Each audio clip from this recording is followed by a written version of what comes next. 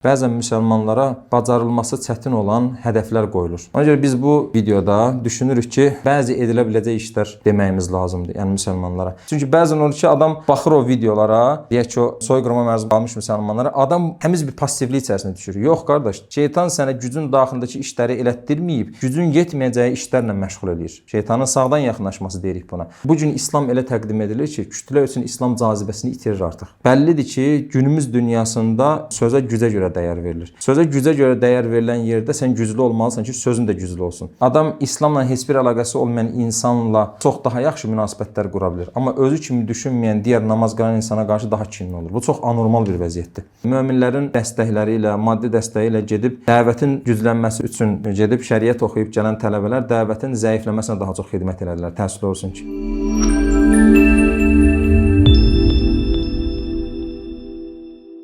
Bismillahirrahmanirrahim. Elhamdülillah və salatu və salamu alə Rasulillah. İlk olaraq bilməyimiz lazımdır ki, bir insan həqiqi mənada iman etdikdən sonra, həqiqi mənada İslamın əmir və qadağaları çərçivəsində həyat yaşamaya başladıqdan sonra, təbii ki, onun bir çox məsələyə baxış tərzi dəyişir. Və baxış tərzi dəyişən və yaxud dəyişməsi gərəkli olan məsələlərdən birisi də odur ki, bir müsəlman artıq özünü böyük ümmətin bir parçası olaraq hiss eləyir, eləməlidir. Çünki Allah-u Teala kitabında bir neçə yerdə müsəlmanların ümumən qardaş olduğunu, birlik, bərabərlik içərisində olması gərəkdiyini, yardımlaşmaları gərəkdiyini, bir-birlərini sevmələri gərəkdiyini bizə çatdırır. Yəni bir müsəlman məsələlərə olduğu bölgə çərçivəsində deyil də, ümmət çərçivəsində baxmalıdır.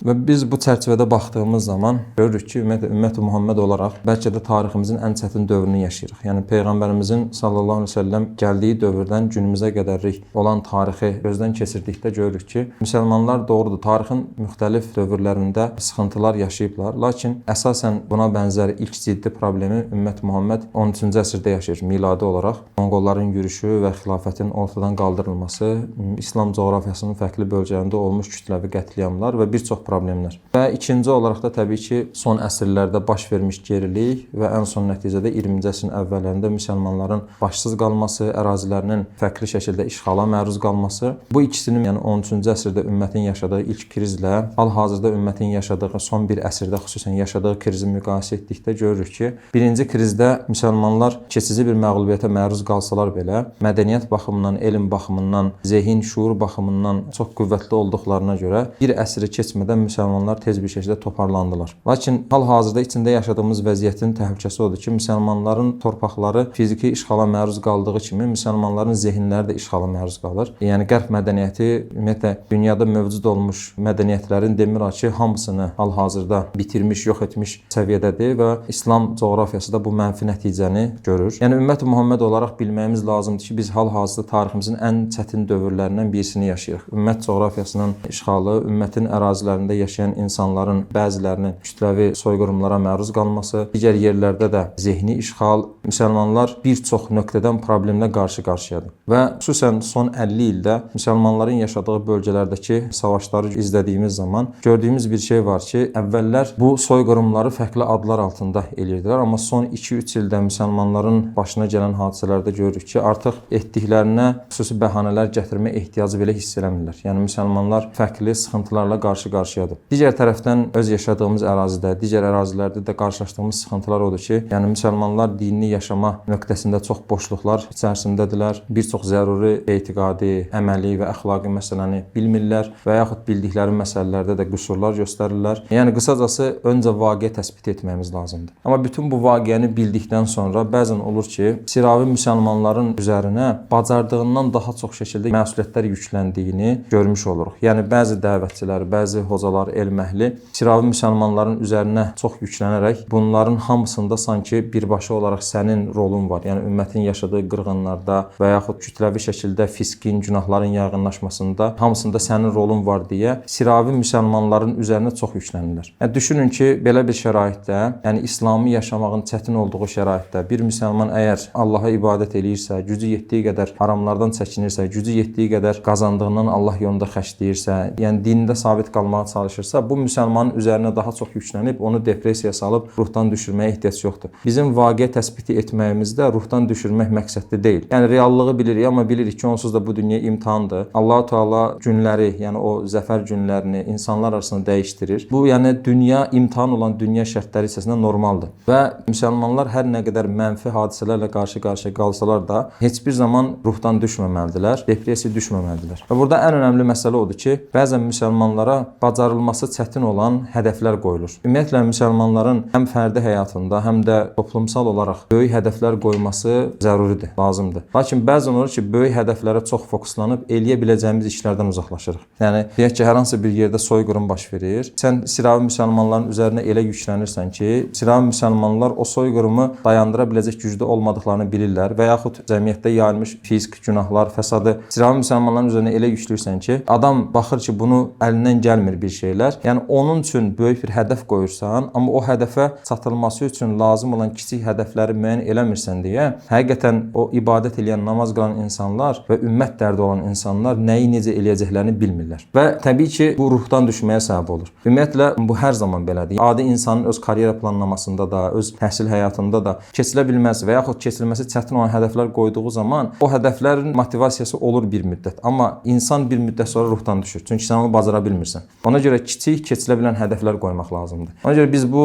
belə deyək videoda düşünürük ki, bəzi edilə biləcək işlər deməyimiz lazımdır, yəni müsəlmanlara. Yəni mənim bir mömin fərd olaraq bütün bu prosesin içərisində etməyim gərəkli olan, Allah-u Teala'nın qiyamət günü məndən soruşacaq şeylər nələrdir deyə, onlardan bəzi örnəklər ağlımıza gələn, xatırımızda olan bəzilərini qeyd edəcəyik ki, inşallah ki, hər kəs üzərinə düşən vəzifəni yerinə yetirsə, ciddi şəkildə dəyişiklik olar deyə düşünürük. Və bəzi şeylər qeyd edək. Yəni qısacası sıravi möminlər nə etsinlər? Öncəliklə varlıqları ilə İslam'a və müsəlmanlara zərər verməməyə çalışsınlar. Bu birinci çox önəmli məsələdir. Çünki bu gün yenə biz müsəlman coğrafiyasını nəzərdən keçirdiyimiz zaman görürük ki, təəssüf olsun ki, ibadət edən insanların əksəriyyəti ən çətin olaraq bunu bacarırlar. Yəni sən hər nə qədər desən də ki, əksər müsəlmanların, əksər ibadət edən insanların dilində bir ifadə var ki, bizə deyil də İslam'a baxın. Düzdür? Yəni mən təmsil eləmirəm İslamı. İslam'a baxın. Əslində bu çox qəribə bir ifadədir ki, yəni təsəvvür elə ki, sən bir nəzəriyyənin, daha doğrusu dinin, bir fikir sisteminin adını nə qoyursansa qoy da indi baxış tərzinə görə dəyişir. Bizə görə Allahdan gəlmiş vəhyə dayanan bir dindir İslam. Sən bunun mükəmməlliyini iddia edirsən, amma deyirsən ki, bunun praktikada yaşayanı yoxdur. Neynəsən də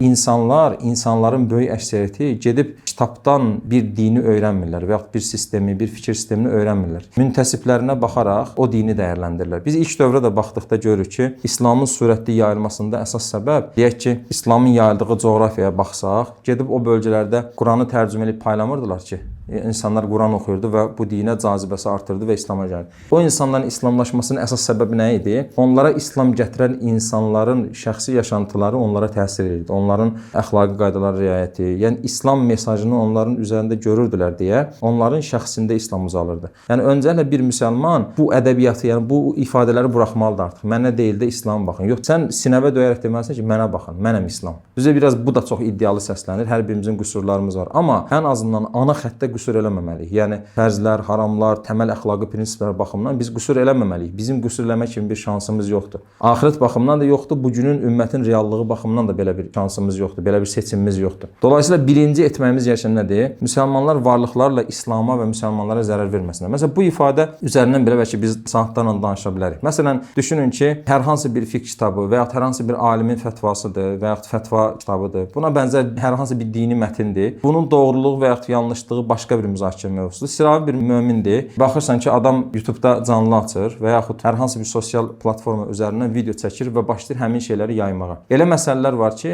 birinci sənin danışdığın məsələlərin dini baxımdan doğru olub olmadığı təsbit edilməlidir. İkincisi, hər məsələ kütləvi şəkildə danışılası məsələ deyil. Məsələn, adam elə məsələdən danışır ki, baxırsan ki, dinsiz təbəqə bunun üzərindən İslam'a hücum malzəməsi tapmış olur. Yəni sən dinə fayda verdiyini düşünərək əslində dinə zərər verirsən. Məsələn, bəzən o qəribə, gülməli və yaxud qeyri-adi belə deyək, fətvalar xətalar olur. Məsələn, bunu paylaşırlar və yaxud necə zərər verilə bilər? Müsəlmanlar arasında bir çox ixtilaflar var. Bu da təbiidir. İnsanla yerdə ixtilaflar olur. İxtilafları bacardıqca ictimai bütün toplumun görə biləcəyi ortamlarda danışmamaq lazımdır. Yəni biz bacardıqca bu ixtilaflarımızı kənarda danışmağı bacarmalıyıq. Xüsusən elm əhli, dəvətçilər. Azərbaycan kiçik bir ölkədir. Ölkə kiçik olduğu üçün Azərbaycandakı dini çevrə aşağı-yuxarı bir-birini tanıyır. Yəni istənilən bir elm əhli, bir dəvətçi xətalı bir şey danışdığı zaman sənin ona rahat şəkildə çatma imkanın var. Amma sən ona çatıb məsələni rahat bir yerdə oturub çay içib söhbət elə müzakirə etmək əvəzinə birbaşa çıxıb onun adını çəkərək tənqid edirsən və bu şeylər İslam düşmənlərinin də izlədiyi platformada baş verir. Və bu gün İslam elə təqdim edilir ki, kütlə üçün İslam cazibəsini itirir artıq. Yəni məncə buna ayrı bir vaxt danışmaq olar bu məsələ üzərindən. Yəni öncə zərər verməməyi bacarsaq böyük bir fayda vermiş olarıq. Sonra müsəlmanlar bacardıqca birləşdirici olsunlar. Əslində bu birinci ilə bağlantılı bir şeydir. Birləşdirici olsunlar. Onsuz da parça-parça olmuş ümməti daha çox parçalanmasına, bölünməsinə və zəifləməsinə səbəb olmasın. Çünki Allah Teala bunu kitabında bildirir bizə ki, bölünməyin, parçalanmayın, yoxsa gücünüz gedər. Yəni bu təbii bir şeydir ki, istənilən bir topluluq bölündüyü zaman gücü gedir.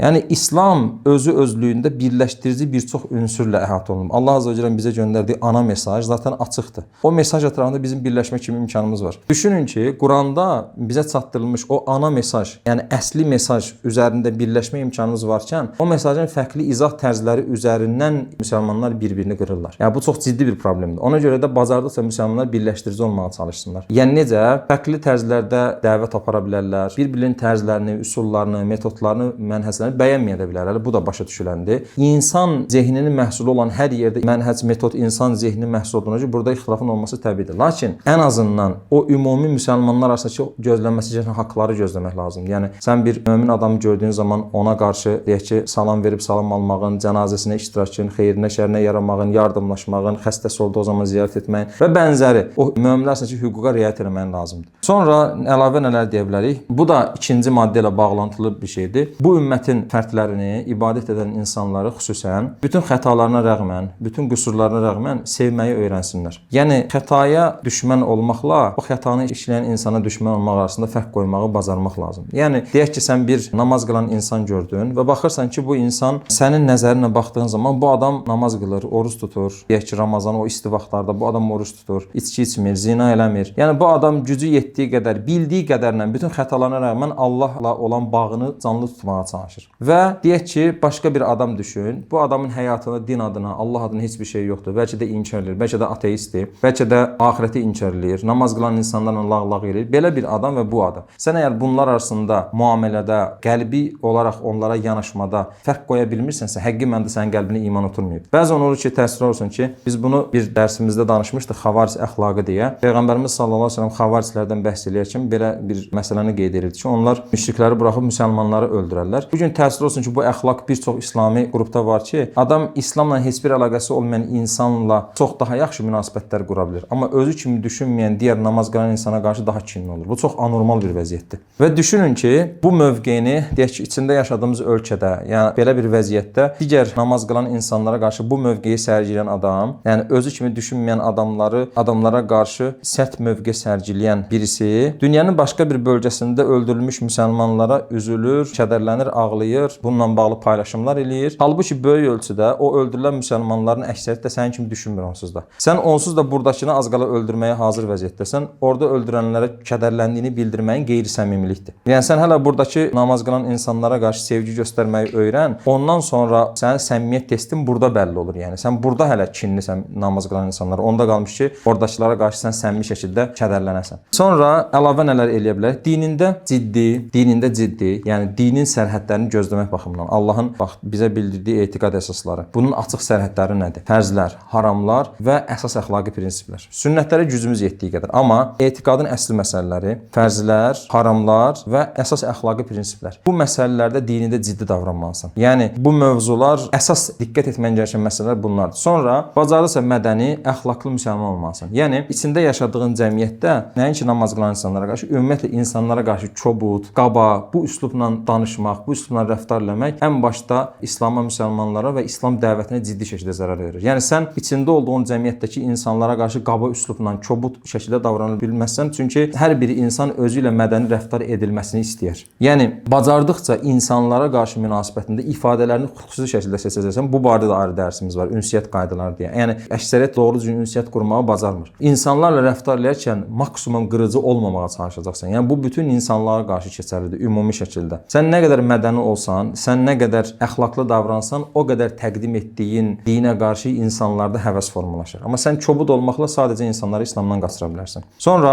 bacardıqca bir müsəlman olaraq, xüsusən bir müsəlman gənc olaraq bacardıqca güclü olmağa çalışmalısın. Hədisdə bildirildiyi üzrə güclü mömin zəif mömindən xeyirlidir. Bu güclü deyərkən içini nə ilə doldururuqsa, yəni normalda fiziki güc, zehni güc, intellektual güc, maddi güc, iş gücü, yəni vəzifə, imkanlar, güc nəyi gərəkdirirsə, güc deyərkən nə nəzərdə tutulursa, bacardıqca güclü olmağa çalışacaqsın. Amma təbii ki, İslamın sərhədlərini gözləyərək, yəni mən güclü olmaq adına Allahın bizim üçün təyin etdiyi sərhədləri tapdalayım, bundan getmir söhbət. Allahın təyin etdiyi sərhədlər daxilində nə qədər güclənə bilirsənsə, nə qədər çox pul qazana bilirsənsə, pul qazanmağa çalış. Çünki sən nə qədər güclü olsan, bəllidir ki, günümüz dünyasında sözə gücə görə dəyər verilir. Sözə gücə görə dəyər verilən yerdə sən güclü olmalısan ki, sözün də güclü olsun. Yəni sözünün təsiri olsun cəmiyyətdə. Təbiidir ki, bir namaz qılan insan düşün, hər kəsində qohumları var, bir çevrəsi var, içində olduğu bir qohumları var, belə deyək. Sən deyək ki, siravi kasıb adamsan, yəni aşağılamaq adına demirəm təbii ki. Yəni səbr etdiyi zaman kasıb olan müsəlmanlara qiyamət günü mükafatları nə olacağı zaten hədislərdə bəllidir. Bu onlar üçün başqa bir şərəfdir, dəyərdir. Bu öz yerində. Lakin biri var, Allah Azza və Cəllə səni bununla imtahan eləyir. Bir də var, sən bunu özün arzulayırsan. Sən özün bunu arzulamamalısın. Gəldiyi zaman imtahana səbr etməlisən. Yəni sən normalda Allahdan sağlamlıq arzulamalısın, amma xəstəlik gəldiyi zaman səbr etməlisən, amma xəstəlik istəməməlisən.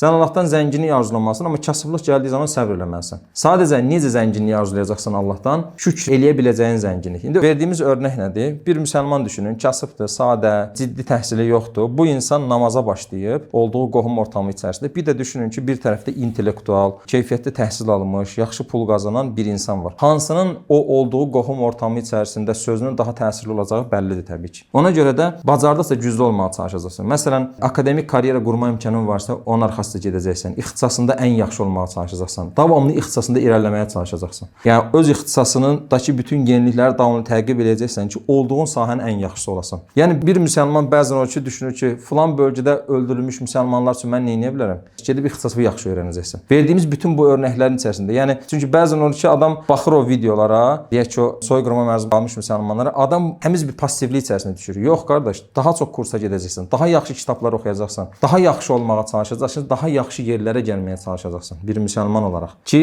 sənin üzərindən İslam uzaqsın. Amma burada diqqət eləyəcəksən ki, sən yüksəlib İslamı yerdə qoymayasan. O məşhur misalda deyildiyi kimi, məqsədimiz o dərdimizi, dinimizi, davamızı yüksəyə, dağa çıxartmaq idi. Sonra yüksəyə çıxdıq, gördük ki, dinimizi aşağıda qoyub çıxmışıq. Yəni belə olmamalıdır. Dinimiz bizimlə paralel yüksəlirsə, biz paralelində imanımızı da qüvvətləndirə biliriksə bu bizə faydalıdır. Yoxsa güc də özü-özlüyündə azdırıcı səbəblərdən birisidir. Yəni dinimizin qüvvətlənməyi nədir? Allah Teala necə buyurur? Ticarət edən möminlər üçün onlar elə insanlardır ki, nə ticarət, nə alış-veriş, yəni dünyalıq qazanmaq, yəni dünyalıq olaraq güclü olmaq onları Allah'a zikirdən, dosdoğru namaz qılmaqdan və zəkat verməkdən uzaqlaşdırmaz. Çünki onlar o günün dəhşətindən, gözlərin dəhşətlə bərəldəyib bir gündən qorxarlar. Yəni sən nə qədər güclənsən də namazında, zəkatında, zikrində, ibadətində, din dərdində güclənirsənsə, bu güc sənə xeyirvədir. Belə olmadığı zaman bu güc sənin əleyhinədir. Müsəlman gənclər öz ixtisaslarını yaxşı öyrənməklə yanaşı ərəbcə və ingiliscə öyrənməyə çalışsınlar. Bunu hər kəs üçün tövsiyə edirəm. Düzdür, ixtisasa görə dəyişər bəzi məsələlər, amma ümumi olaraq tövsiyə edirəm ki, ərəbcə və ingiliscə müsəlman gənclər öyrənməyə çalışsın. Gənc xüsusən deyirəm, çünki deyək ki, bir adam evlənib, gəlib 30-35-40 yaşına, təbiidir ki, ailə məşğuliyyəti və bir çox dərdləri var, amma universitet oxuyur. Məsələn, deyək ki, universitetə yeni girib, 4 il bunun ən azı bakalavr təhsili var, sonra magistr oxuma imkanı var. 4 il ərzində əksər gənclər bilirsiniz ki, həmin illəri boşu-boşuna keçirdirlər. Son ildə ayılırlar ki, mən dil öyrənməmişəm, ixtisasımı öyrənməmişəm. Amma o 4 il ərzində həm ixtisasını öyrənməyə, həm də əlavə dil öyrənməyə imkanı var. Ərəbcə və ingiliscə də elədir ki, ərəbcə təbii ki, bir müsəlman üçün həm də Quran dilidir. Yəni sən kitabını daha yaxşı başa düşəcəksən, hədisləri daha yaxşı başa düşəcəksən. Digər tərəfdən də ərəbcə sənin üçün şərqin açarını verəcək, ingiliscə də sənə qərbin açarını verəcək. Yəni sən iki tərəfində orijinalından oxuma, öyrənmə imkanına sahib olacaqsan. İndi bunu hər kəs eləyə bilməz, amma gücümüz yetdiyi qədər bu da önəmli bir hədəf olaraq ağlımızda qalsın. Sonra ailəni, övladlarını ciddi, əxlaqlı, mədəni, təhsilli və faydalı müsəlman olaraq yetişdirməyə çalışacaqsan. Yəni evlənərkən Allahın şəriətinə uyğun şəkildə evlənməyə çalışacaqsan və evləndikdən sonra Allah Azza və Cəllə bu evlilik vəsiləsi övladlar nəsib eləyərsə, o ailəni xüsusi olaraq bir xidmət yerin olaraq, yəni Allahın dininə xidmət yerin olaraq müəyyən eləyəcəksən ki, mən burada elə övladları yetişdirməyə çalışacağam danışacağam ki, bu indi praktikada %100 nəticə verəcək deyə bir şey yoxdur. Allah Teala bəzən peyğəmbərlərinə belə bundan imtahan edib ki, övladları yaxşı olmurlar. Amma sən bacardıqca nə edəcəksən? Ciddi, dinində ciddi, əxlaqlı, mədəni, insanlarla rəftar qaydalana bilən, düzgün ünsiyyət qurmağı bacaran, təhsilli, intellektual və faydalı, içində olduğu cəmiyyətə faydalı övladlar yetişdirəsən. Bu özü çox ciddi bir işdir. Sonra evlərinizi içərisində Quran oxunan, Riyazu Salihin oxunan, Allah Rasulunun hədisləri, siyarı oxunan, müzakirə edilən, cəmaatla namazlar qılınan evlər halına gətirməlisiniz. Yəni həqiqətən bu çox qəribədir ki, bəzən olur ki, baxırsan namaz qılan insanlar böyük məsələlərdən danışırlar. Deyirsən ki, tamam, nə edeyim mən? Get evində bir ailənin Riyazu Salihin oxu. Adam səndən başqa cavab gözləyir. Qardaş, sən zaten bunu eləmirsən. Sən onsuz da evində doğru düzgün ailə ilə cəmaat namazları qılmırsan. Sən ailənlə bir Quran dərsi eləmirsən. Sənin ailəndə İslam yaşanmır. Sən başqa yerlərə müdaxilə eləmirsən. Bu sənin gücün daxilindədir. Şeytan sənə gücün daxilindəki işləri elətdirməyib, gücün yetməyəcəyi işlərlə məşğul eləyir. Şeytanın sağdan yaxınlaşması deyirik buna. Adam düşünür ki, mən ümmət dərdiniyəm. Tamam, sən biri öz ailəvə faydalı olmağa çalış. Çünki insan o gənclikdə, gəncliyin həyəcanı içərisində dünyanı qurtarma dərdinə düşür. Bir müddət sonra baxır ki, daha az çevrəni qurtarmağa çalışır. Bir müddət sonra baxır ki, heç özünə belə faydası yoxdur. Yəni bu özündən yuxarıya doğru getməlidir. Özün, ailən, sonra cəmiyyət. Sonra möminlər olaraq insanların istifadə etdiyi bütün ictimai müəssisələrin İslami alternativlərini qoymağa çalışmalıyıq. İnsanların istifadə elədiyi ictimai strukturlar var, müəssisələr var. Deyək ki, təhsil müəssisələri, yəni özəl təhsil müəssisələrindən gedir söhbət. İdman sektoru və yaxud qida sektoru, kafe, restoran. Yəni insanların istifadə elədiyi, ümumi istifadə elədiyi. Bacardıqca bunun İslami alternativlərini ortaya qoymağa çalışır. İslami alternativ dediyim, bəzən olur ki, müsəlmanlar bu şeyləri səhv başa düşür. Deyək ki, bir iş adamıdır, bir restoran açacaq. Mütləq ora mən dini bir ad qoymalıyam. Yəni İslami alternativ demək bu demək deyil. İslami alternativ odur ki, sən orada keyfiyyətinlə, təmizliyinlə, xidmətinlə,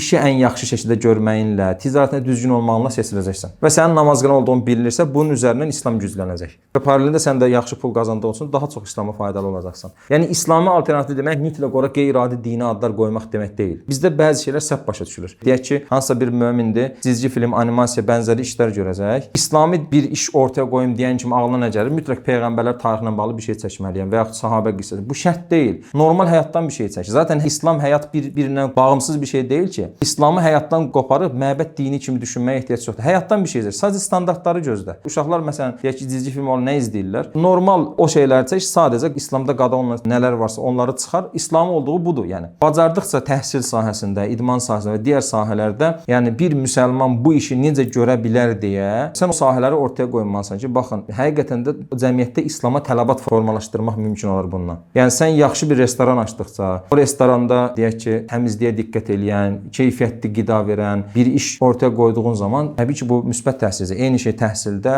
səhiyyədə və digər sahələrdə keçərlidir. Çünki sən bil ki, sən namaz qılan adamsan, elədiyin hər şey üzərindən İslam ya burada qazanacaq ya da itirəcək. Sonra gücün yetdiyi qədər, bu ailə və digər məsələlərdən xaric, gücün yetdiyi qədər canınla, malınla və ailənlə İslamın yayılması üçün çalışacaqsın. Nə bacarırsansa. İndi bu özü çox təfsilatlı məsələdir. Sonra zəngin möminlər, xüsusən zəngin möminlər, imkanlı adamlar çalışırlar ki, Allah üçün sədəqə versinlər, Allah üçün mallarından xərcləsinlər, amma bəzən bunu çox effektiv olmayan yerlərə xərcləyirlər. Yəni sanki zəngin möminlərin bir çoxunda belə bir düşüncə var ki, əsas odur ki, mən eləyim, yəni qiyamət günü Allahın üzünə çıxdığım zaman deyərəm ki, ya Rabbi, mən bu qədər məsələn elədim. Nə elədim? Kütləvi şəkildə iftarlar təşkil etdim. Evində iftar eləmə imkanı olan adamları yedizdirdim yenidən. Yəni iftar təşkil etməkdə hər hansı bir problem yoxdur ha. Yəni bu gözəl bir adətdir. Sadəcə bəzən olur ki, çox lüzumsuz şəkildə, çox ehtiyacı olmayan yerlərə pullar xərclənir. Böyük iftarlara böyük pullar xərclənir və buna bənzər işlərə. Amma bu iş adamlarına deyək ki, zəngin möminlərə deyildiyi zaman ki, müsəlmanların ehtiyacı olan, cəmiyyətə faydalı olan tələbə yetişdirməyə məsələn pul xərcləyin, bir çoxu bu işə yanaşmır.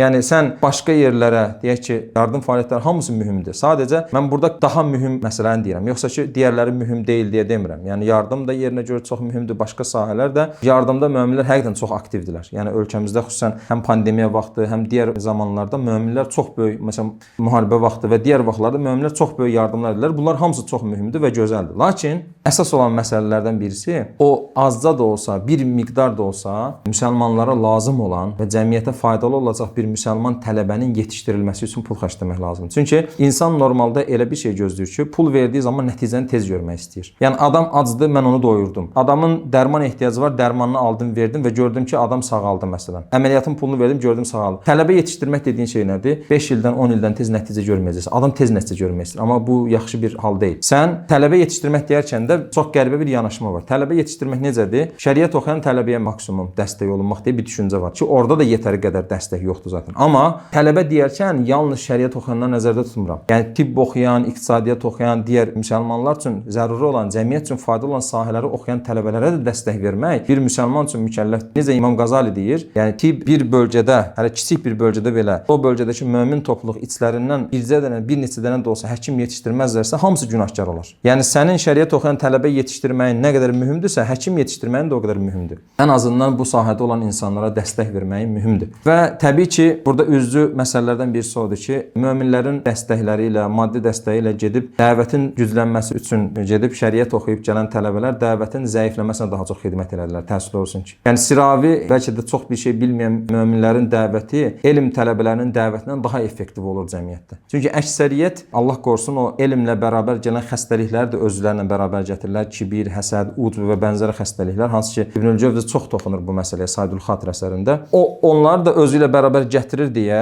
müsəlmanlar bəlkə də övladlarının boğazından kəsir. Dəstək olur ki, bu tələbə yetişsin və ölkədə İslamın yayılmasına xidmət eləsin, amma gələn tələbələrin böyük əksəriyyəti müsəlmanların daha çox parçalanmasına, aradakı kinin daha da artmasına səbəb olurlar. Təəssüf olsun ki. Siyahını çoxaltmaq mümkündür, təbii ki, və bu qeyd etdiklərimizin hamısını hər kəs bacarmalıdır deyə də bir şey yoxdur. Sadəcə etməyimiz mümkün olan bəzi işlərdən örnəklər vermək istədim ki, bu şeyləri biz eləyə bilərik və bunların bir çoxu əksəriyyətin gücü daxilindədir. Və bunları etmək üçün də və bənzəri faydalı işlər görmək üçün davamlı Allahdan yardım istəməliyik. Allahla bağımızı canlı tutmalıyıq, gecə namazları ilə, bol-bol dualarla, Quran tilavətləri ilə ki, Allahla bağımızı canlı tutaq ki, həm bu İslamda sabit qalmamıza, həm də bir müsəlman fərd olaraq cəmiyyətə, müsəlmanlara fayda verməyimiz üçün mühümdür, zəruridir. Allahdan diləyimiz odur ki, Allah Teala bu qeyd etdiyimiz işlərdə və daha faydalı işlərdə bizi müvəffəq eləsin. Elhamdülillahi Rabbil alemin.